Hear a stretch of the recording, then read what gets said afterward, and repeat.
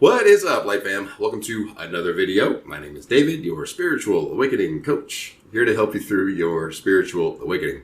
Now, if you have been on your spiritual path for longer than a minute, I'm sure that you have ran across the term light worker. This is a term that gets thrown around the spiritual community quite a bit. So if you're new to spirituality, you may be saying, hey, what the heck is a light worker? I like that term. That term resonates. Well, yeah, after a spiritual awakening, your energy aligns more with service to others. So it would make sense that that term resonates. But what is a light worker, and could you be one? Well, in this video, we are going to dive deep into what are light workers. And by the end of this video, you should be able to tell if you are indeed a light worker. Right now, let's go.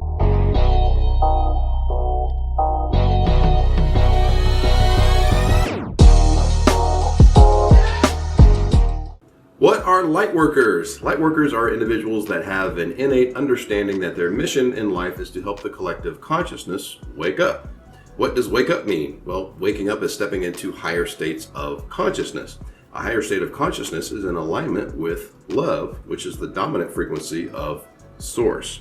So a light worker is someone that helps to illuminate their fellow humans' oneness as source through love. And this is why a lot of light workers feel called to help people heal.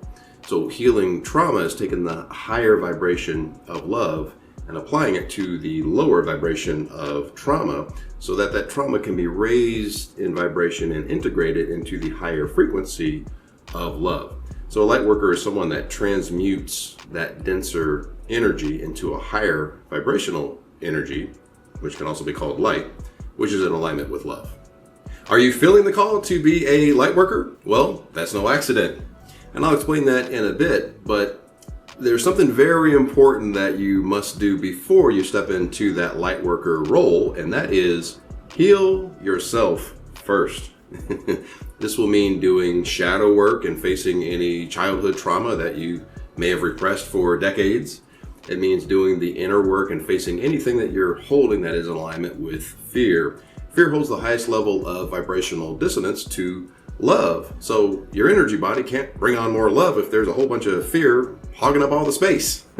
So trauma has many different faces, but they're all subsets of fear, whether it's fear of abandonment, fear of feeling safe, fear of not being good enough, fear of not being worthy of love, etc. So you have to heal, raise in vibration through love, your trauma, which holds a frequency of fear in your vibration. Why? Because that trauma frequency will be in the energy that you give to people, even though your intention is to be of service to them. You can only give what you have. So if you have trauma, you'll give trauma, even if it's unintentional. What does transmuting your trauma into love give you? Well, it gives you real world experience for transmuting that lower, denser energy into light. Wouldn't it make sense that you would need to get the real world experience of living through that trauma and healing it and transmuting it so that you can teach others how to do the same? Which just so happens to be the core mission of the light worker. See how everything works together there, Light Fam? But let's dig a little bit deeper. If your soul identifies as a light worker, then that means you knew that you were a light worker before incarnating, which means you purposely incarnated to spread more light.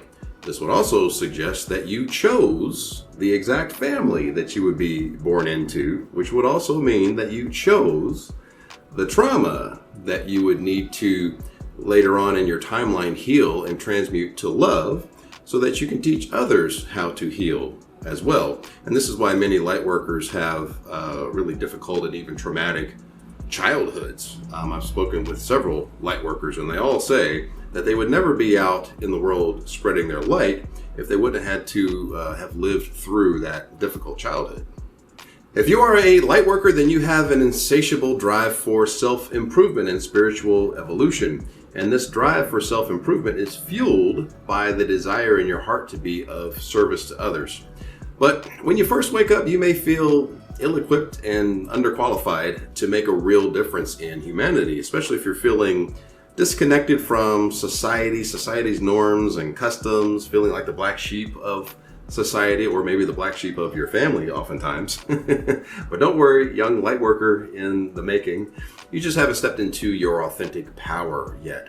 Stepping into your authentic power and allowing your light to shine is a massive part of your mission as a light worker. So this is why when you heal your trauma, you're getting out of alignment with fear and in alignment with authenticity. Authenticity is out of alignment with fear, which is why healing that trauma breaks the chains of fear and then allows you to express your authentic truth through the action of helping humanity heal. As you fearlessly step into your authentic truth, your power and light will shine naturally and automatically. The light doesn't fight against the darkness. The light doesn't wage war and struggle against the darkness. No, the light just simply shines effortlessly and naturally. And as a light worker, as you step into your authentic truth, you will shine brighter naturally and automatically, empowering, inspiring, and healing those around you naturally in whatever way calls to you. You know, I love that analogy where your candle can light 100 other candles, yet your candle remains lit. So do the inner work to learn how to be that candle in the darkness. Learn how to transmute that lower, denser energy before trying to transmute others' energy. You've got to be the light before you can spread the light. Your light has to shine its brightest to affect the most change. So if you're holding unhealed trauma, that will always be an anchor or a tether from keeping you shining your brightest. Now, question of the day. How are you spreading your light and helping your fellow human? Let us know how you're spreading your light in the comments below, Light Fam. If you need a helping hand breaking those chains of fear, stepping into your authentic truth and spreading your light to the collective consciousness, we can work one-on-one through Zoom. Check the description below for that. If you have a question for me, add me over on Instagram _Lightways. Until the next time, I will see all of my beautiful light family in the next video. Light, love, and abundance to all that are watching and to all you love. Peace, guys.